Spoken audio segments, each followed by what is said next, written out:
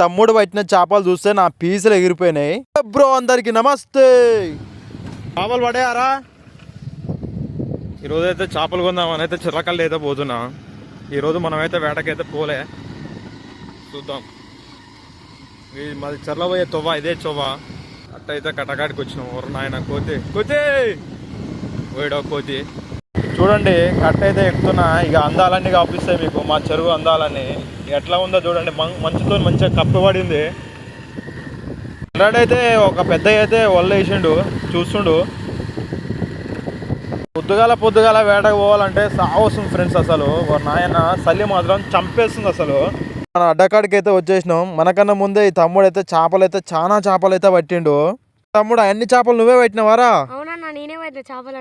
తమ్ముడు అయితే చేపలన్నీ రవ్వ చేపలు పట్టిండు. దాంట్లో ఒకటైతే 2 కిలోల కోడిచెలు అయితే పట్టిండు. నాయన్న నీ మోగానే మొత్తం బేర్చిండు. తమ్ముడు ఆ చేపలన్నీ గాలం పడ్డాయా ఒలకబడ్డాయా? ఇవన్నీ ఒలకబడ్డాయా? నాయన్న తమ్ముడు మాత్రం చేపలు చూడండి ఎర్రగా తీసిండు అసలు.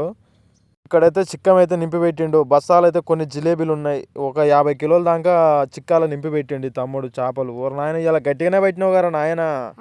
నీడు మాత్రం భలే చేపలు పట్టిండు నాయన. ఏందొక్క 20-30 కిలోల రవ్వలే పట్టిండు ఆడు అన్ని కలిసి. మంచిగా తెప్ప మీద అన్ని చేపలన్నీ వేర్చిండు. ఆ బస్స పైకి వేసుకుండు. అది ఒక్కటే గుంజలేకపోతుండు. ఆవురా నెంగిట్టి వస్తున్నారు, ఆగుండ్రు. నేను పట్టుకుంటుండు. లేపు, నేను కిందికి దిగుతా. పైకి గుంజు, మామూలుగా వీడియో తీస్తా మంచిగా.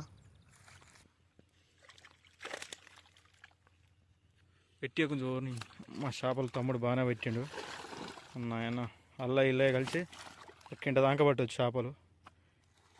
ఏదో మామూలుకి అయితే బాగా పడ్డాయి. ఈ తమ్మునికి చేపలు ఎట్లున్నాయి చూడండి. అన్ని బడా సైజు పెట్టిండు, బడా సైజు చూడండి ఫ్రెండ్స్. ఇదేంది జల్లనా? ఇది కొమ్ము జల్లనా? ఇది